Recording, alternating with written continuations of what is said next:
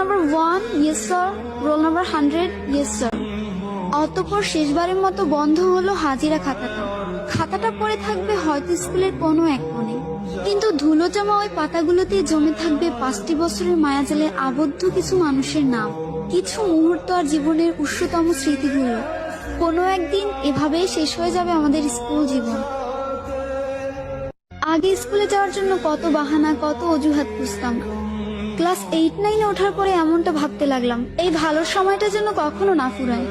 School থেকে যখন একসাথে বাসায় ফিরতাম, শেষ হয়ে যেত রাস্তা, কিন্তু ফুরতো না আমাদের কথা।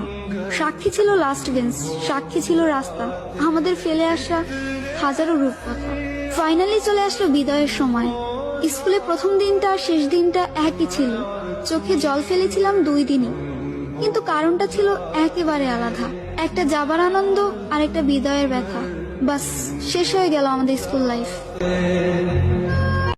তারপর একদিন হয়তো স্কুলের ইউনিফর্মটা বাড়িতে এসে খুলবো, তারপর হয়তো কখন আর পড়াই হবে না।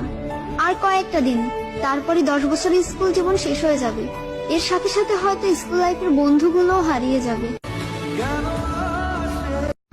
আমার না খুব মনে পড়ে স্কুলের সেই বন্ধুগুলোকে। স্যারদেরকে মজা করে আর বিভিন্ন নামে ডাকা হবে না। আমার প্রিয় স্যারের মুখে আমার নামটা আর কখনো শুনতে পাবো না। সেই বোরিং ক্লাসগুলো আর ফিরে পাবো না। আর কখনো ম্যামের মুখে শোনা হবে না, তোদের মতো খারাপ বেচার আমি একটাও পাইনি। সত্যি চাইলে আর সেই সব দিনগুলো কখনোই ফিরে পাবো না।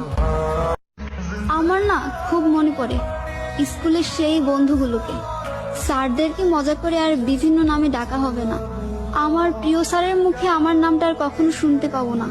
সেই বোরিং ক্লাসগুলো আর ফিরে পাবো না। আর কখনো ম্যামের মুখে শোনা হবে না, তোদের মতো খারাপ বেচার আমি একটাও পাইনি।